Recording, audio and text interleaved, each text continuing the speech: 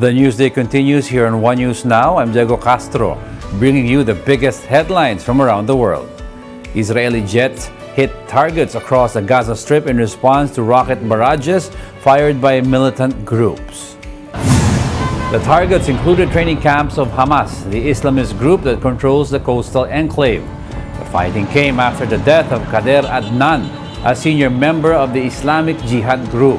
Israel's prison service said Adnan, who was awaiting trial, was found unconscious in his cell.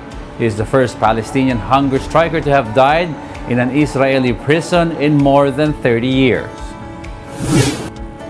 The Biden administration will send 1,500 active duty troops to the border between the U.S. and Mexico ahead of an expected migrant surge. This as migrants are expected to flock to the border following the end of COVID-19 restrictions, which initially allowed U.S. to turn away migrants crossing the southern border. The military support aims to manage overcrowding and other possible issues that might arise as border officials move away from COVID restrictions.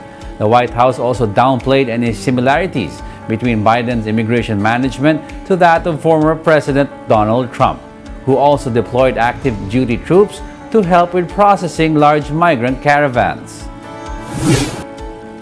Authorities found 7 bodies on a property in an Oklahoma town. Among them, 2 missing teens and a convicted sex offender. Local police say that the corpses of 2 teens were found when officers searched the property where the sex offender named Jesse McFadden lived.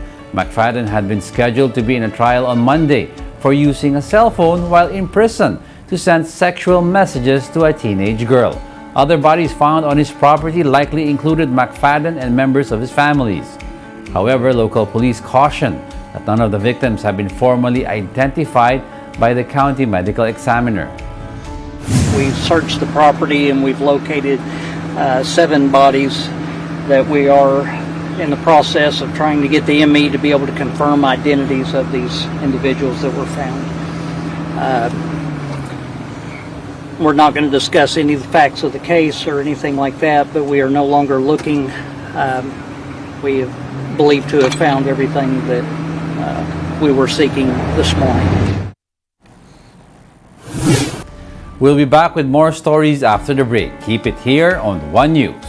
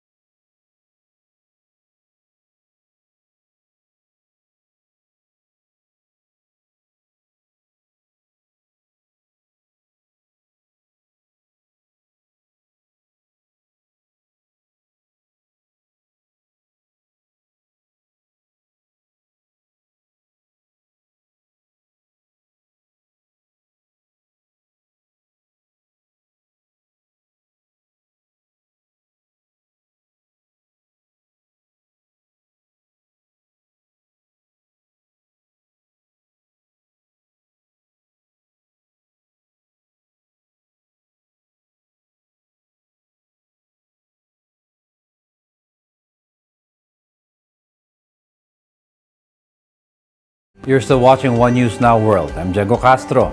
Today is World Press Freedom Day, and in line with that, the United Nations is urging all countries to stop targeting the media and the truth.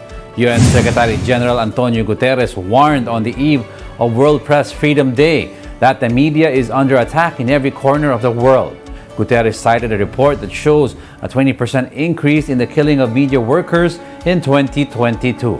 Guterres says the figure is unbelievable, stressing that freedom of the press is the foundation of democracy and justice, and that it is under threat.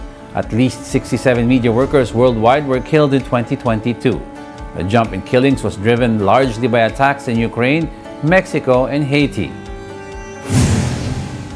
The U.S. has launched a program to defend journalists around the world from legal threats aimed at silencing critical voices. USAID officials announced a Reporters Shield program at an event to mark World Press Freedom Day at the United Nations. USAID says it plans to work with Congress to provide up to $9 million for the program.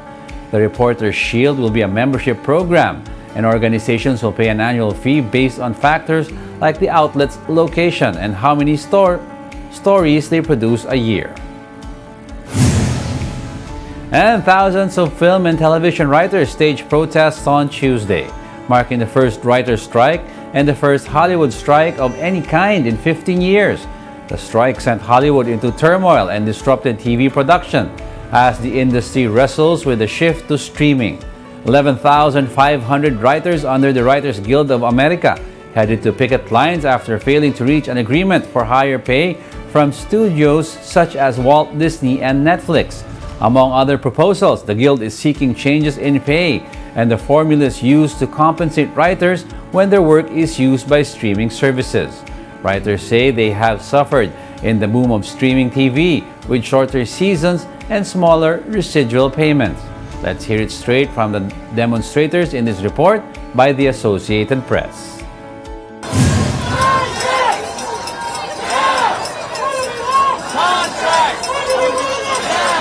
Being a writer as a career is kind of at stake.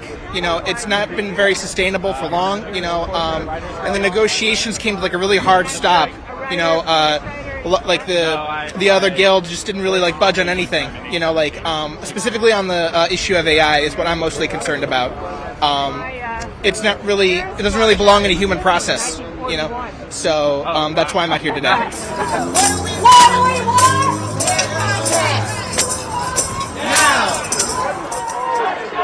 Well, it's in this case, it's because of changing technology.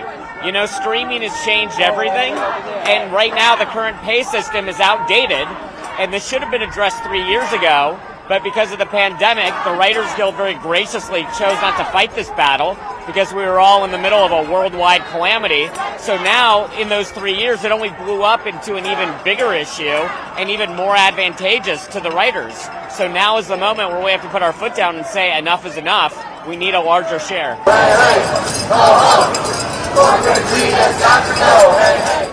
There's just a pile of abuses that have, you can't address them every day. They only negotiate once every few years. So these things have piled on. Like there's too much work and not enough pay. Like there's not really a path to middle class living anymore as a writer. And that's what this is to address.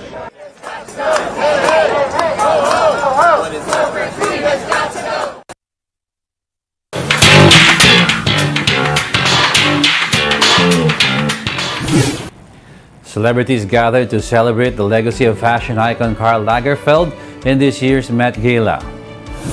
Blackpink superstar Jennie Kim made her Met debut in a black and white Chanel mini dress. Other Asian powerhouses were also in attendance. The Glory star Song Hye Kyo walked the red carpet in a satin Fendi ensemble, fresh off her Baeksang Awards win.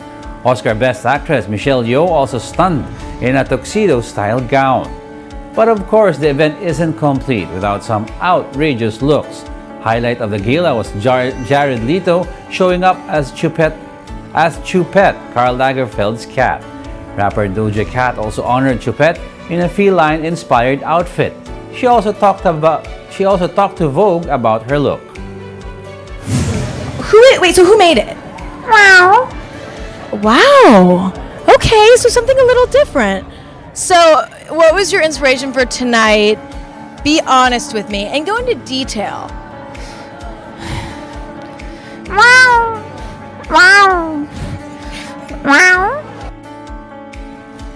Musician Lil Nas X showed up in just a silver body paint and metallic thong, complete with a bejeweled mask. Always on everyone's best dressed list, Rihanna was fashionably late in a white floral cape and Valentino gown. Actor Jeremy Pope also brought in some drama with his 30-foot Balmain cape with a Karl Lagerfeld design. There was also an uninvited guest that managed to steal the show. A cockroach walked the red carpet, complete with photo ops.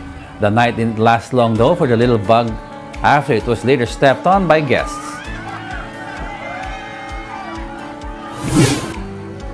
And those are the top world headlines of the hour. Join us again at 9 a.m. as we continue to monitor the day's biggest stories. Coming right up is Agenda at 8 a.m. I'm Diego Castro. We are One News. All sides, all the time.